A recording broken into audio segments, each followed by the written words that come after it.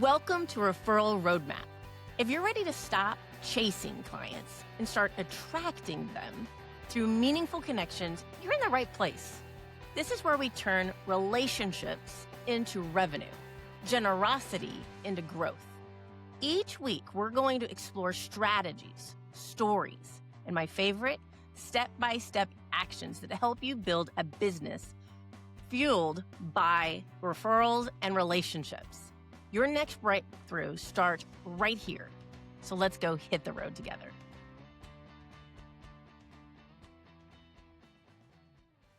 I am so excited about today's topic because we're talking about discipline over motivation and why winners don't need cheerleaders. Because what we need to do is build non-negotiable habits to keep us moving when motivation fails. And one of the things, if I must say, those listeners who have followed me for a minute, you know, I hate it when people say you're a motivational speaker.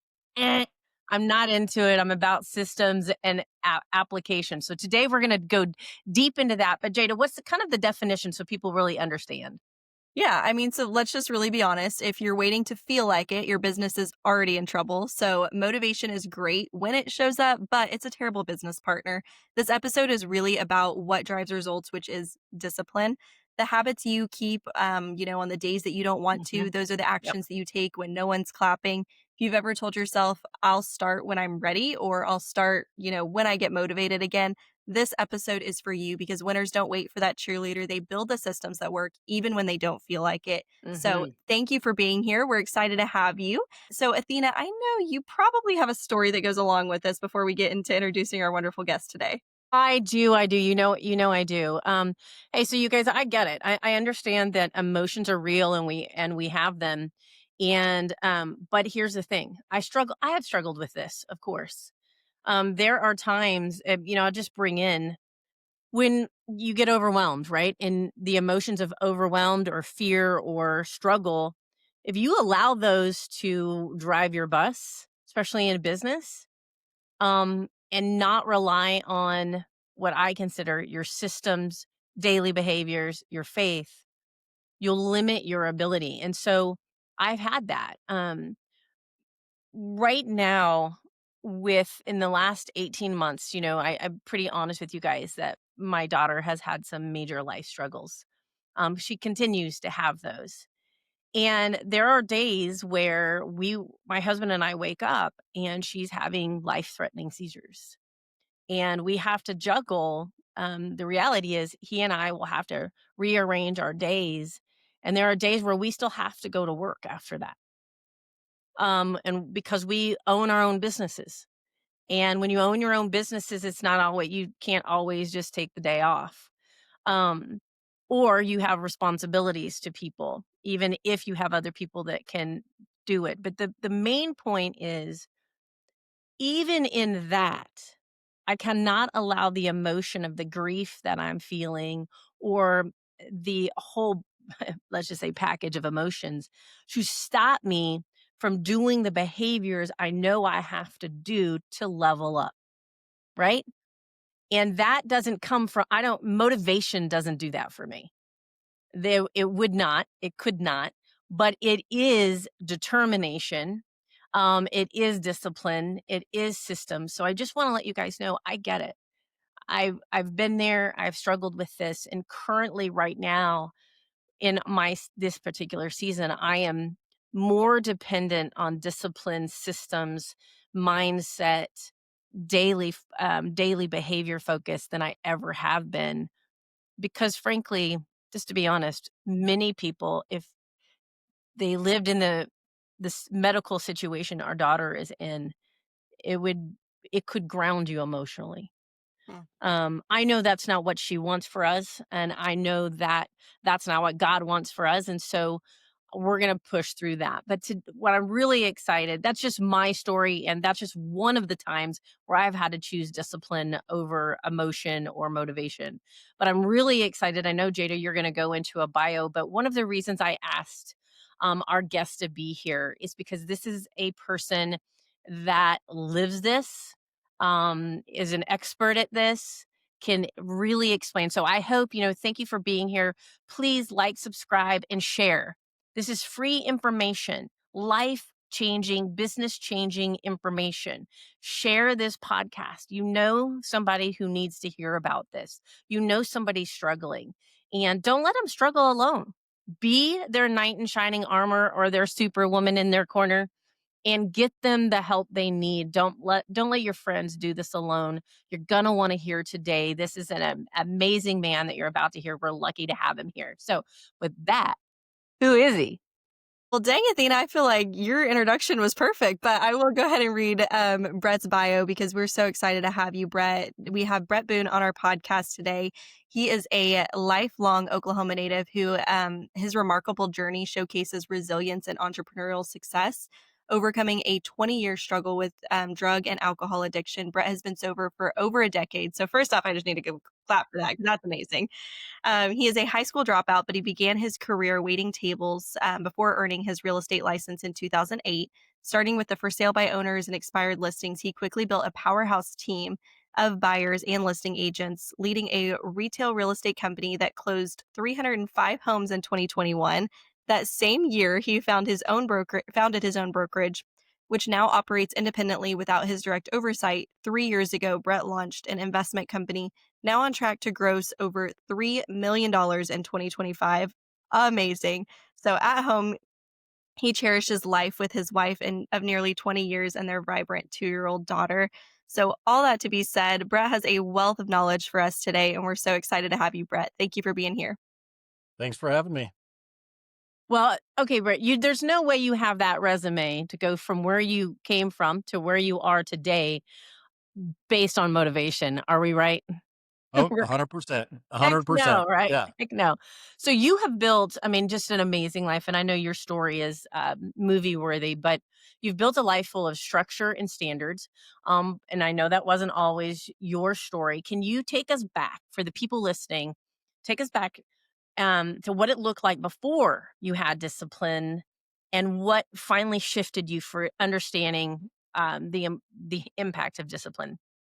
Yeah, so I'll kinda give you the short version, and then we Yeah, can kinda maybe expand on it if we need to, but, yeah. I mean, it started whenever, um, it really started. I mean, I can remember back in 3rd grade Wow. when, and when I say 3rd grade, this is where I could feel, and I started bringing home, like, C's on my report card, and, like, 3rd grade is, like, the easiest thing in the world, but, like, I could tell I had, like, a learning disability, or, my attention wasn't there, and I remember bringing home in math in 3rd grade, I was like, I don't even know what they were testing me on, but I could start to feel it kinda slip there, and when I got to middle school and high school, there was no discipline, whatsoever, no structure for me, and a lot of it was just a feeling of defeat because no Mm, matter how hard I tried or applied myself, like, I couldn't retain information at all.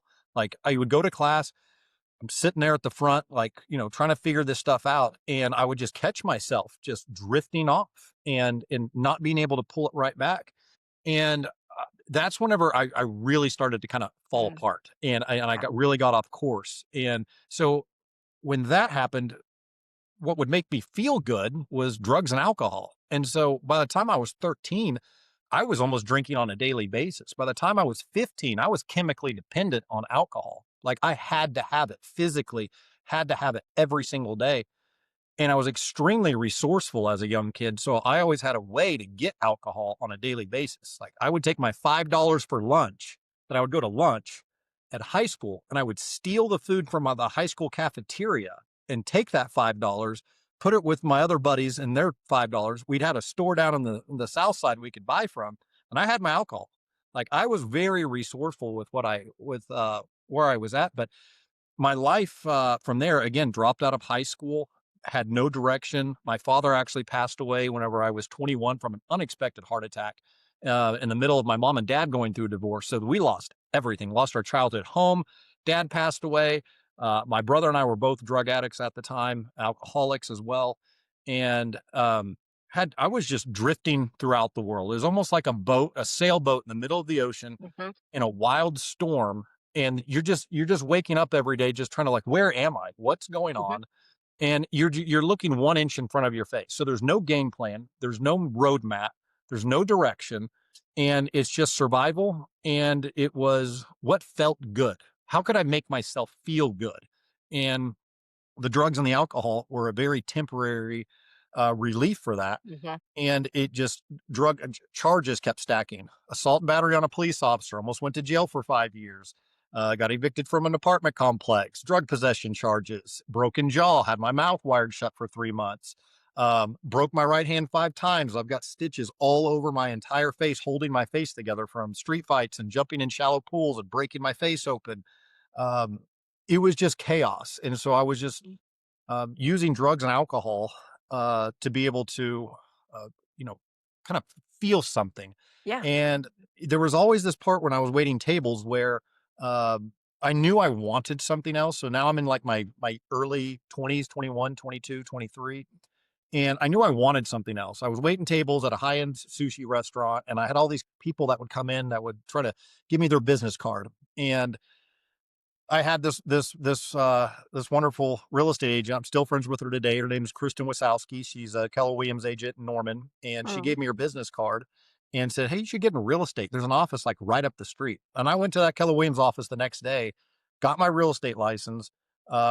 6 months later, and I joined that office. And so I'm like juggling two things. I'm a daily drinking, hardcore alcoholic Mhm. drug addict, and I'm trying to sell real estate at the same time. And it got to a point where I got 3, 4, 5 years in. I mean, I started at the bottom at Keller Williams, very, very bottom. Started doing for sale by owner, started doing expired listings. So I had like this drive. I had like this, okay, at that point in time, it was probably motivation. Like, I want out of this lifestyle. And there was a little bit of discipline, but it wasn't, I didn't Mhm. really know what I was doing. I was just like, I want out of the waiting tables. I never want to go back to that. I've got an avenue. I'm going to do this, but I didn't really have my eye on the drinking and the drugs. I was like, I can do both. Everybody drinks, everybody has a little fun. And so I had my hand on both these things, juggling them. And it came to a point where it was 2015 is when like that was the breaking point for me. It was affecting I got engaged to my wife. So we weren't married yet, but we're engaged. We're living together.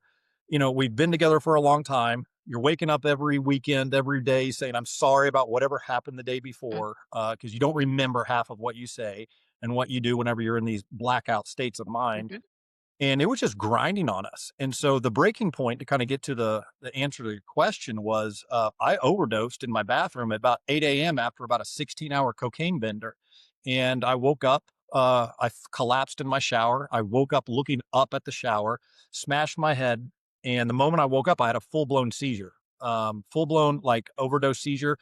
Went to the doctor. They said I had a toxic overdose. So I didn't do enough cocaine to like kill me. I had done enough over a 16-hour period that I Mhm. built up a toxic level, and my body was trying to reset itself by shutting down, knocking myself out, essentially, waking up, having a seizure, and then my body. I was soaking wet from sweat. It was a toxic reaction. My body was trying to get toxins out of it. Every pore in my body was almost squirting water. Like every pore in my entire body I was soaking wet in about 2 seconds. And it lasted for about 5 minutes. And I was just sitting in a pool, just water. And that was the moment I woke up. About 10 minutes after that, I went and told my wife, I'm going to go get help. And the next day I went to a counselor. Last day I ever used in my life. So Wow. that was the moment. I had to overdose. I had to hit rock bottom.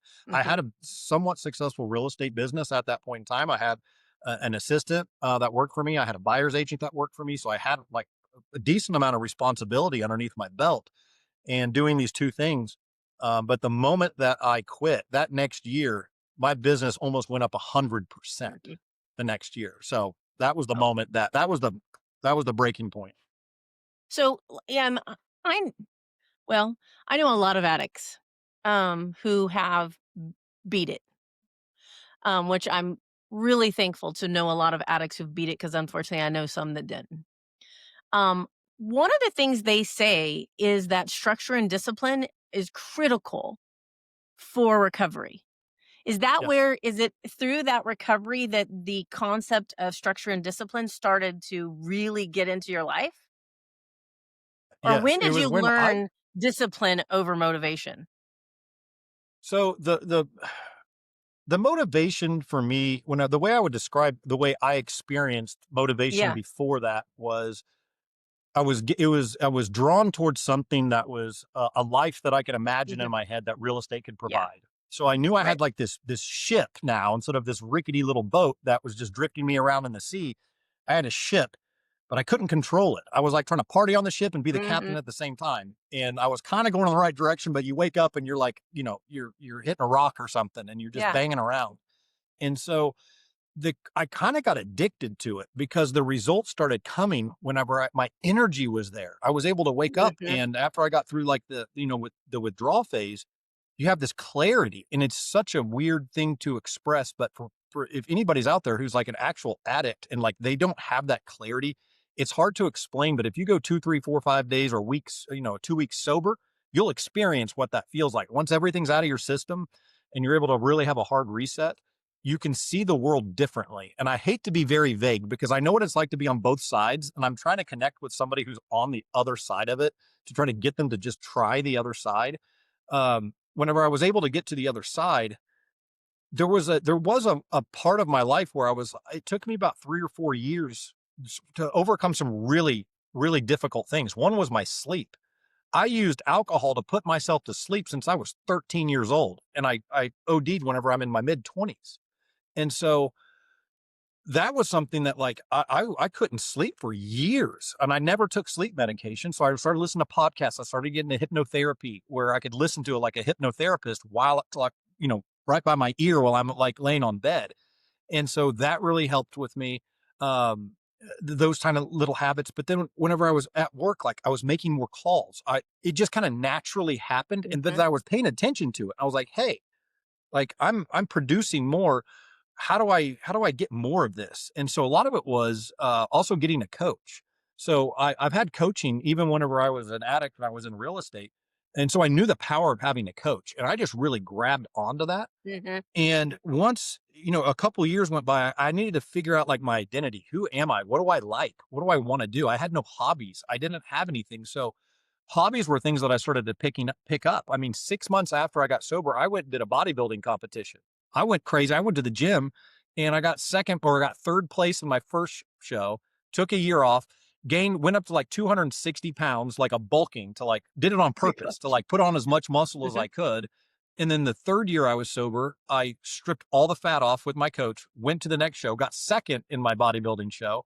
And then I was kind of done with like the bodybuilding world. And then I shifted over to competitive paintball where my brother got sober. And then we played competitive paintball all over, the Midwest. We would I love it. travel all over the country, the southern states and play competitive paintball and actually, win prizes and trophies and had a coach and we had practice. And so that was kind of where that structure kind of just creeped in was kind of through some Mhm. fun things.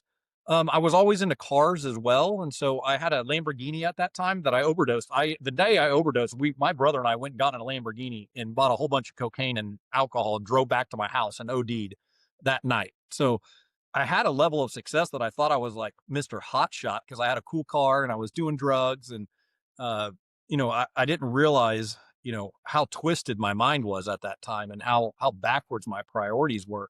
But through the car stuff, I was able to get connected with a lot of car guys around town and none of them drank. And they stayed out till 2, 3, 4 o'clock in the morning racing cars. And so I started to build some structure around Mhm. hobbies, like working Mhm. out. The diet whenever you Mhm. do a Yep. bodybuilding show is insane. It's 24 hours a day. You can't have one cheat meal. You're locked into your diet. So the physical health like really, really played a big role in my Mm. discipline Yeah. of when to eat, how it affects the body. I had the knowledge and then I was able to apply it to a discipline, going out and playing paintball. I learned it from scratch. And then we got to a very competitive level. Stop that. And then my brother had a child, and so 5, 6 years ago, and so we had to quit that. And then I got into boxing 4 years ago. And so now I started boxing from scratch, and that is extreme discipline, extreme endurance. You can't eat bad, you can't show up lazy, you're gonna get knocked out. Something's bad gonna happen. So No go. yeah, but I was also like I was invested like in these hobbies. Like I was studying them. I watched Mhm. film on it. I interview people. I talk to people in that industry who are really good at it. And I started doing that with my business. So, um I don't know if I answered your question. You Again, are. Keep going because here's the yeah. thing. You are. What you're showing is the metamorphosis, right? This is what we need people to understand. You don't He did not build the empire he did from going to, the story he's told us, to overnight the businessman. Now, he already had a level of success, but his success he has now is, I don't know, it's probably quadruple. I mean, it's significantly More more than than that. you did when you were an addict, right? Yeah. But what I want people to hear, because this is something that I see people when I consult or coach or even just speak. People think that you're going to wake up one day and then you're just going to be changed and then you're going to go do. That's not it. What you're describing, friend, is becoming. And you had to become in your personal life through your hobbies in these disciplines to become. And then that becoming went into your work. And that's where you're at right now. And so keep taking this down. So you're becoming disciplined through your hobbies. And how did that start bleeding into work? And what did it look like at work? Yeah, so what it looked like was, the I remember this vividly, is, the year that I was getting sober, or that I was still Mm. that I OD'd, Yeah. my goal was always to sell 100 homes in a year. Like, I had this goal and I would hit like 70. And then I remember the year before I got sober, I was like 85, 90, something. I was right there. I was under 100 for sure. And then the year that I got sober, it was because it was a perfect timing. It was January 3rd, 2015, like right after New Year's. So it was like right at a fresh start. So I had that Woohoo! whole year. The end of that year, I went from like 80, 90 to 173 closed transactions. So you're talking about, like, an 80%, 90% increase in productivity in 1 year. I already had the knowledge. Mhm. I didn't learn anything new. I knew how to sell real estate. I was just able to multiply my efforts. And I wasn't working till 9 o'clock at night. I wasn't I do wake up early. That's kind of my thing, but I was always waking up early. That was a big thing that really changed in my life. Was my morning routine. But, yeah, it was a huge change, and it wasn't any I didn't go get it wasn't like I read a book and then it just changed my life. I just applied what I already knew that I needed to do, and just I was giving myself and giving my team and my company everything that I had. And for me, what it looked like was structuring my day. Mhm. When do you get into the office? Every day. When do you start calling? Every day. And, like, once I got those things down, everything just followed, because if I could control the first 4 hours of my day, I called the Brutal. 80/20. What's the 20% of that you need to focus on that yields 80% of the results? If I Mhm. focused on my morning routine, everything else, all my appointments were set, all my listings were set, all my buyers were set, all my business was set. I just had to go service it. I just got to go on the appointment and then, bring Mhm. back the kill, so to speak. And so I was able to, just by getting that morning routine down, like, just packed and just never waving from it, because I started to enjoy the routine. I Mhm. started to Yeah. like the predictability of it. I liked that I was able to wake up and it's like, okay, like, I got to go. Like, what's next? Like, I got to go get this thing. Da, da, da, da, and whenever you do that every day, you set your next day up. So whenever I wake up, it's not like, oh, I don't have anything going on today. It's like BS. No, I got a whole day full that I set up from yesterday's work. I got work to do today. So it just Mhm. snowballs. And then the weekends would hit, and I was able to actually enjoy my weekends. I rarely work Saturdays and Sundays, and I was able to, have a good reset. So I've always had a good work life balance. And then Monday hits, and I'm like running to the office, like, okay, like, I'm behind on my leads I need to call. So Mhm. that's the where I was at, 10 plus years ago. Was, God, like, that morning routine really, really changed my life, in a big way. And it Wow. was a combination of the hobbies and my work. Mhm. It all went Mhm. together. But Yeah. by finding hobbies that I enjoyed, that were hard, that were difficult, those things, like, it made the discipline fun, because I enjoyed it on a personal level. Mhm. But then whenever the work side came from it, and you're able to, over double, triple your income in 1 year, I was like, a lot of me is fear based. Like, I don't ever want to go back. When I got out of waiting tables, my biggest fear was going back to waiting tables, because I had seen so many people that I waited tables with say, "See you guys, I'm leaving. I got another job." And then they come walking back with a dog, like a dog with their tail between their legs. Oh. And you see it, and they're defeated and they're broken. And I'm just like, that's never going to be me. That never going to be me. So my Mhm. my biggest fear was always going backwards, business wise or personal growth wise. And every year I've always made more money. not necessarily closed more deals, but I've always made more money. So our business focus has changed on volume versus, Mm, profitability. And so things okay. have changed, but Yeah. income wise, it's just a steady, Mhm. it's just a straight line. And so, yeah, part of that was just like, don't go backwards. Can't go backwards. Always got to be going forward. One foot in front of the other. Just keep Right? taking a step. Yeah, Yeah, I think it's really interesting, that you're saying that because there is part motivation is still there. You have a motivation not to go back. My motivation is I've had a dream since I was 10 of what my life was gonna look like, and so both of us have motivating factors, whatever sure. those are. Neither one of us have achieved it by motivation.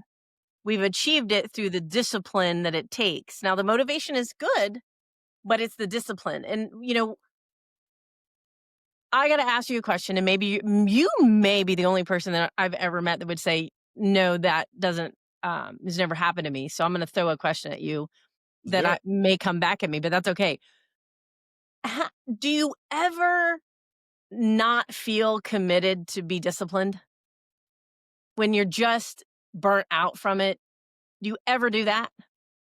Yes.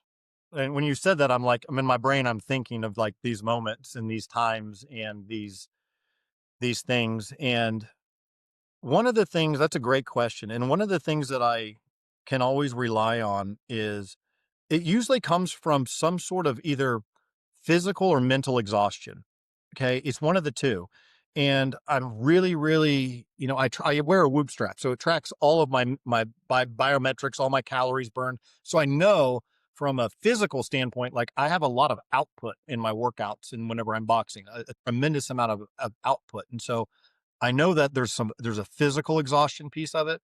I also have a bad back that I've been nursing for like I've got a compressed and bulging disc, so like picking kids up all the time and bending over. So Mhm, like there's like that just kind of soreness. I'm 42 this year, like starting to like feel some of the pain.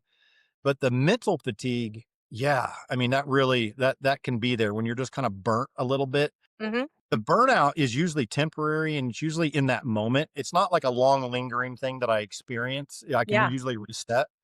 And so the way I get through that is just like, okay, how many hours are left in the day? Because again, I'm very structured. I know when I'm going to go home. I know when I'm going to eat. I know when I'm going to go to bed. I know what book I'm going to read. I know everything is very structured. And so because it's organized, I'm able to say, okay, dude, it's tough. It's 2 o'clock. Make it till 5. Do you have 3 more hours to go kick some butt? And it's like, yeah, okay. What do you need to go kick some butt? Do you need some alpha brain, something, it's just like a supplement I use to like get your mind Mhm, clear? Do you need a little caffeine? Do you need something to kind of get you kind of ramped up to kind of push through this? And I'm like, the answer is always yes. And then, you just go hard for that last 3 hours. And sometimes when you have those breakdowns, you have a breakthrough. mhm, And sometimes I get some of my most productive work whenever I crashed out, my brain's hurting, I'm not in a good spot. And I'll give you an example. I'm making training videos for a new hire that we're going to be hiring. As our mhm. business grows, we need to be able to create a training library. I've got like 40 videos that my COO made for me to make of training. And it's like teach someone how to run comps on the MLS from scratch. And I'm like, I got to make these Loom videos. And I'm just like, oh God, that one's going to be like a 45-minute video or like an hour. And yesterday, I kind of got to that defeated. I was looking at this spreadsheet that I had to input all these links of what they're about, and I'm just like, the guy's starting in 2 weeks, and I got to do all this. Like, I know I can, but how do I'm kind of I know I can break it down. Like, I know I'm going to get it done, but it was like, God, I got to do this thing.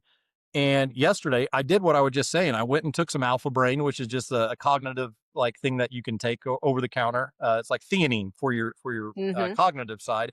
And I smashed like 100 milligrams, like a shot of espresso, and I knocked out like 7 videos. I did like 3 hours worth of work, and I just crushed it. And when I got done, I was like, dude, now you can relax. And I say relax. Now I got to go get my daughter, pick her up for swim lessons, take her back home. We're eating dinner, and I really get to chill out at about 6:30 when my wife starts to put her down to sleep. That's like my cutoff time. So I know every day I've got a time where it's like the day's done, and I can just count the hours or the minutes until I'm mhm. there. And so I know where I'm at. I know where I need to get to. And if I have that mental fatigue, it's just like, dude, you can push another 2 hours, another 3 hours. Like, what is that? So as long as I get through the day, my thing is I want to be able to put my head down in bed at night and not regret Mhm. Yeah. not doing the videos. Mm. I would beat the crap out of myself if I went and didn't do that because I can leave anytime I want. I can do whatever the heck I want. I can wake up when I want. I can leave when I want. I have complete freedom, but I don't behave that way. Mhm. I don't act that way. I get it done and I hold myself to that standard. And yeah, I did that yesterday. Was like, when do you do when you get when you're burning out? And I was like, I wasn't burning out, but I had this mountain in front of me. And it's like, how do you eat an elephant? Like one bite Dude, at a I'm time. totally feeling you because yesterday I had a meeting with my team, and I won't even list out the amount of projects that I have in the next 8 months for because of my consulting business, really leveling up, like 4-time level up. And I was in that meeting. I got out of that meeting and I was like, that I literally for a minute was like, that's physically impossible. Like that's not humanly possible for you to balance all of your different responsibilities and your daughter. How are you going to do that? And that, and I just went through all of this is not physically possible. How are you going to do this? And to the point where I was actually starting to physically feel it, like I don't like I was like, okay, you're going to put yourself in a panic attack here. And so I could recognize it and I could feel it and I was like, "You're going down, you're spiraling." So I picked up the phone and I called a girlfriend of mine that is she also does what the world would say is impossible, right? So I like to surround myself with people that do what the world says can't be done. And so I called her yesterday and I said, "Hey, I'm kind of having a moment." And she's like, "Okay, what's going on?" And I said, "Okay, I've got this and this." And I was just explaining. And I said, and I'm actually listening to myself right now say it's not possible. And she goes, "Ah, stop that. Okay, let's just stop." And she's like, "Just breathe." She's like, "You know how to do this." And she was like, "You know how to prioritize that. Just write it all down, prioritize it, put it into days. You're going to achieve it. Just think about what you're going to feel like when it's done." And what it did is I was like, "Okay, she's right. She's right. She's right. Yeah. Yeah. I got this." And it helped me. Now I would tell you when I finally got to go home and I picked up my daughter, I was like, "Okay, I'm gonna breathe a little bit more tonight." But this morning I woke up 5 o'clock in the morning, went on my walk, and I was thinking, "Oh no," my whole mindset shifted. I got in, I was like, "Okay, this is what you're gonna do, this is what you're gonna do, and this is how you're gonna do it." And I think what is important for people to hear, if you're listening to this and you're like, "Well, I'm not as successful as you guys," or I can't, you can. You can. Whatever is in front of you that you think you can't, I promise you can. Where you're talking right now outside of Jada, you're talking to two people without college educations, right? You're talking to two people who come from very difficult backgrounds and they're doing it. We're doing it. If we can do it, you can do it. The situation here is you just got to get structure and you've got to get disciplined and you do have to find that little motivation that wants you to get there. But I also want you to know that not every day you're going to wake up and will it be easy. No, Okay. well, what you just said was like, you want those other people to hear that. That's probably one of my biggest, like, I don't even know what word I want to put on it, but like the thing that probably hurts me the most to hear is like someone who is in a really bad lifestyle, and it's usually drug and alcohol addiction, is I would say 1 out of 5 people that I meet with who are suffering actually take some sort of action and either like clean themselves up, but the other 4 don't. And they just don't believe in themselves. They also have probably, a pretty toxic, environment as far as like their friend group, and they're not okay getting away from that. And so they're always being sucked back in. But is seeing people that I always hated that being on the whenever you're on the addiction side of things is like, if I can do it, you can do it. And like, I hated hearing that. And so whenever, people hear that, it's, it can be frustrating whenever you're on the other side of that. But whenever I've actually been through that, like in and out of prison, in and out of jail, the zero education. Like I'm statistically pretty stupid whenever you took like an IQ test. Like I don't know where I'd go, but like I couldn't even pass an ACT or an SAT to like, save my life. And that's the biggest thing is like it's just taking that first step. But you got to be sick and tired of your life of where you're at to make that change. Like Mhm. some people, they're just not ready. They have a level of complacency, a level of comfort where that's where I was at. I was able to like balance this thing out. Like I was saying when I was doing real estate, I was like balancing drug addiction and real estate, and I, had enough success to go buy a Lamborghini and like have rental properties and like do this stuff. And it was like, what the heck? And so, but like as soon as I dropped that thing off, Mhm. let's go. Yeah. So yeah, it's like it hurts to see other people that want something, they desire a better life, but they either don't know how, they don't know what, and you don't have to know. It's not like you go read a book and it's just this the desire. It's the Mhm. desire to change Mhm. and to want more for Yeah. yourself and for your family. But you have to change for yourself. That's the biggest thing addicts do is they change because they hurt other people and they're like, man, I don't want to hurt these other people. That's not nobody who's trying to get out of that life. Mhm. You have to do it for yourself and then you affect the people around you. Yeah. Um, and yeah, Absolutely. that was big. So I want those people to hear that are looking for a change and looking for something that discipline doesn't just happen overnight. It's like it's one foot in front of the other. What is Jordan Peterson said something great. It's like, what's the one thing that you can do that you will do and you'll start tomorrow? Like Amen. one thing. Yeah. That's what it is. And I Mhm. wanted to have overnight success and just like, I'm going to quit drinking and then I'm going to have a private jet. Like, no, it doesn't work that way. Nope.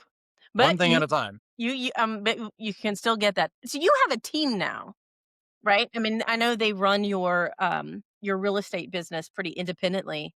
How do you keep them to this? Do you keep them to the same standard of discipline and accountability? And how do you do that with offering some grace to them too? Tell us how you do that as a leader.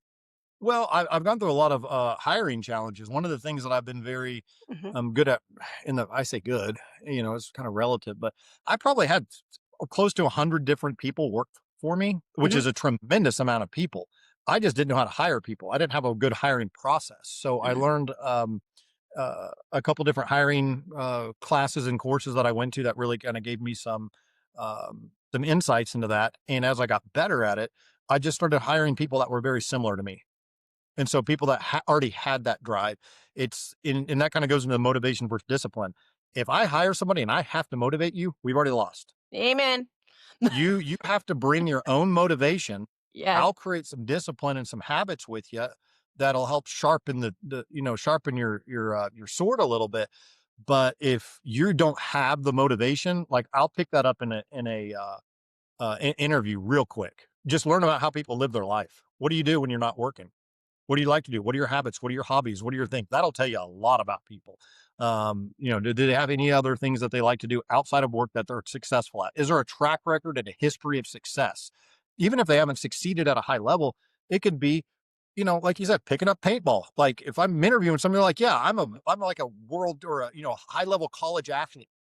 Those people are great. I've got a girl who works for me who was like a Olympic level softball, ice skating, like when she grew up, like from the age she was like a kid, like had extreme discipline and was like, yeah, she's going to work great in real estate. Like she's got that drive and that extra gear.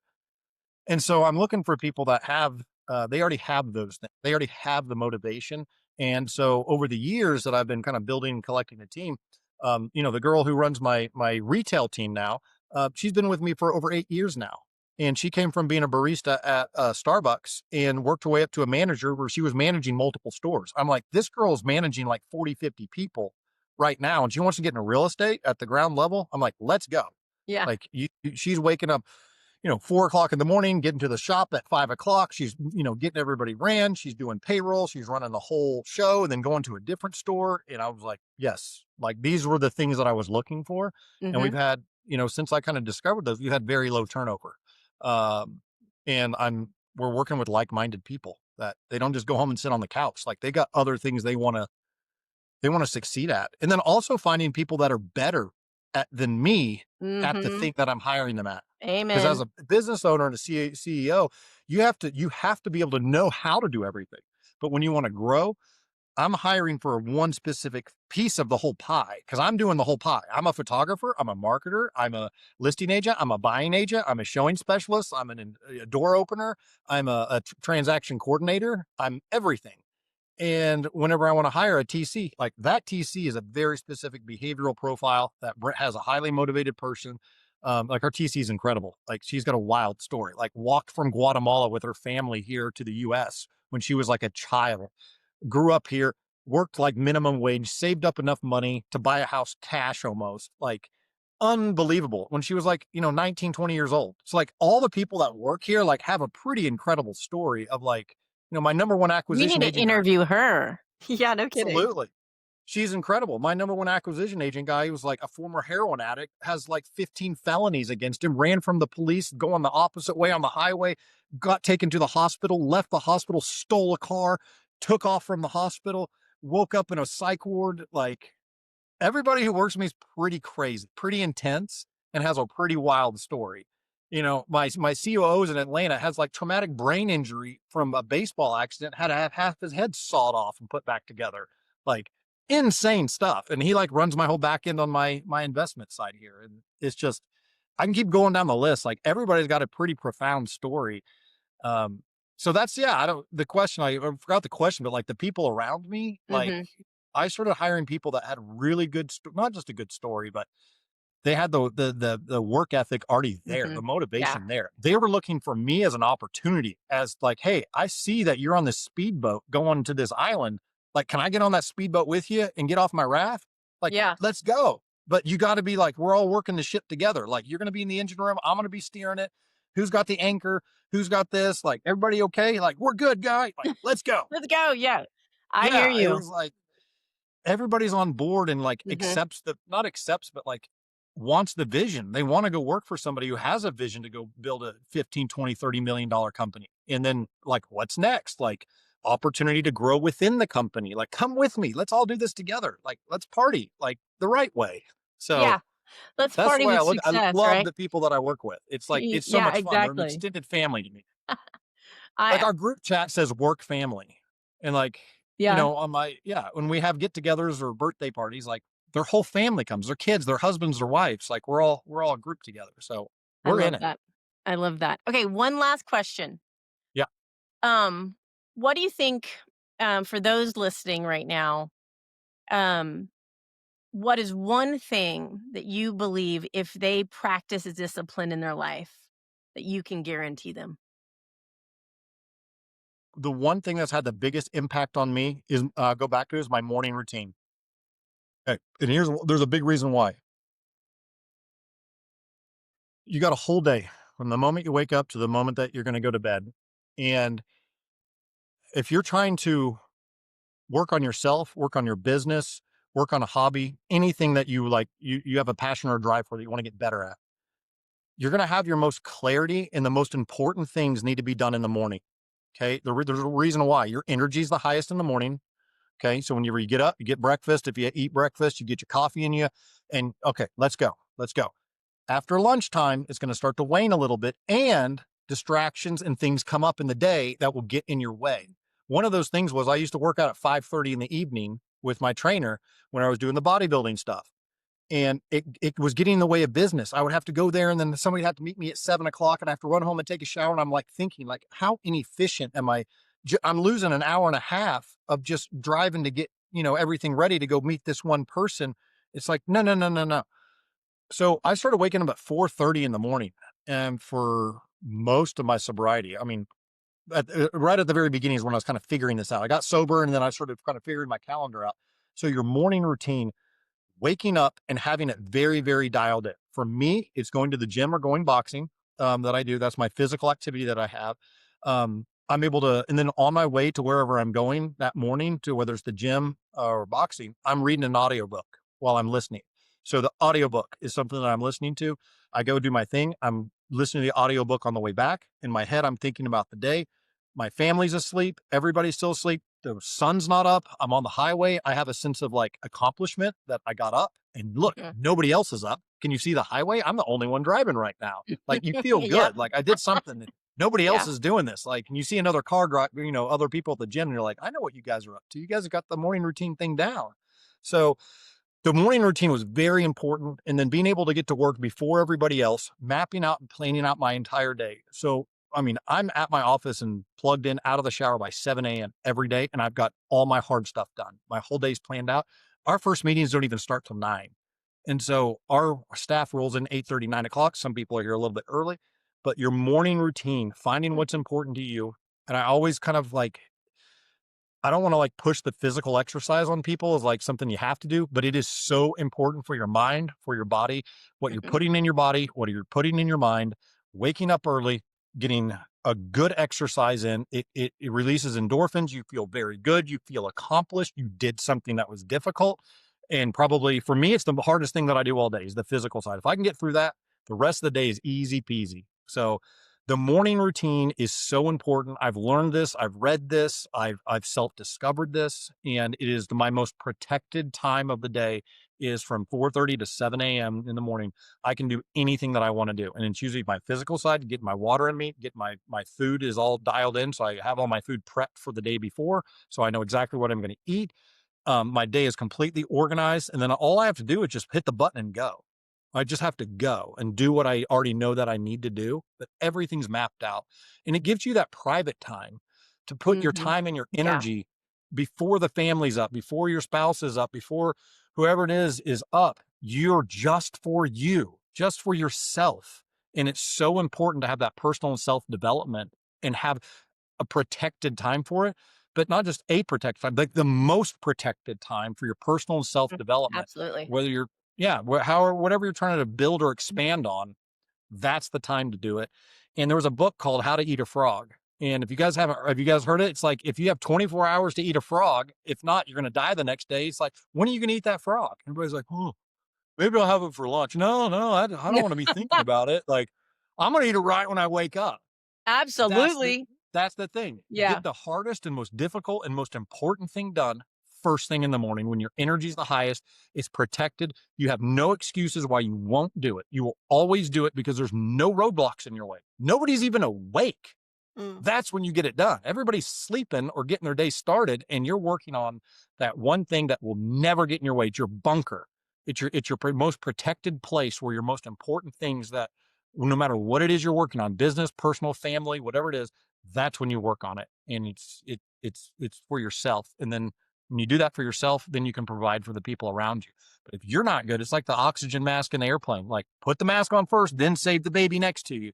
It's like you got to take care of yourself in order to take care of other people. And I have a high Yeah. responsibility and a lot of people to take care of. Um, and so if I'm not doing good, I can't do my best for the people that are around. Yeah. Mm. Thank you for that. I really appreciate that. Thank you for the interview. Stay on because we might have some additional questions for you or insight. But Jada, is there any science? Come on, Oh, girl. I know yeah, we there like to is. nerd Come out. on, you know I'm a nerd. Yes, there of course is science. There's three. I'll keep them short and sweet. But the first one is from the University of Scranton's Journal of Clinical Psychology. It says that 92% of people fail to achieve their goals because they rely on motivation instead of systems. That is an astronomically high number. Yep. Really, what I took away from that whole study, though, was that motivation fades. Systems and discipline are what carry you across the finish line, especially when you just don't feel like it. Like Brett was talking about, there are days where he doesn't feel like it at 2 p.m., but he's got 3 more hours in him and he can, that discipline will kick in. So that was the first one. The second one, it's actually out of the book Atomic Habits by James Clear. He states that people who build identity based habits, example, like, I'm the kind of person who dot, dot, dot, fill in the blank, are 2 times more likely to stick to them long term than those who focus on only outcomes. So, Yep. really, the takeaway there is that when you shift from chasing motivation to becoming a disciplined person, your habits start to stick with you. The last one, I actually thought it was really interesting because it kind of tags onto something Brett said earlier about, on paper, he probably isn't the most like high IQ person, but you look at all of the things that he has accomplished, and obviously there's something there. So, according to psychologist Angela Duckworth, self discipline outperforms IQ as a predictor of success. Students are higher self-discipline or who with higher self-discipline scores had 64% better outcomes than those with higher IQ scores. So discipline isn't just for success, it is the success factor. Talent's great, but it is your follow through that wins. Amen. And thank goodness for all of us who, aren't brainiacs. I'm excited about that. Woohoo! There All you right, you go. guys. I want to do the rubber meets the road. This was a great interview. So much great information. Again, share this. And I hope you're writing this down, because what we want to do now is take this and what do you do with it? Right? Because I don't want you just to be motivated. I want you to do something. So here's the rubber meets the road. Number 1, choose one standard, one new discipline, and make it a non-negotiable for just 7 days. Pick one thing. Give me 7 days. And, Brett, you talking a lot about it, but I'm going to suggest it too. Fix your morning first. Do Yeah. something in your morning first. There's a lot of wisdom to that, you guys, but choose one thing. If I can encourage you in the morning to do for 7 days to prove to yourself that you have the ability to have discipline. No excuses. You can do it. Number 2, anchor yourself in action identity, right? We talked about that in the science. I am the person who does this. I am the person who can achieve this. I'm not chasing discipline. I'm becoming the person who lives discipline. Okay. Really start identifying as the person who can achieve, the person who shows up, the person who does what nobody else thinks is possible. Okay. That's identity. That's the becoming. Brett talked a lot about that. He became. Number 3, stack it into something you already do.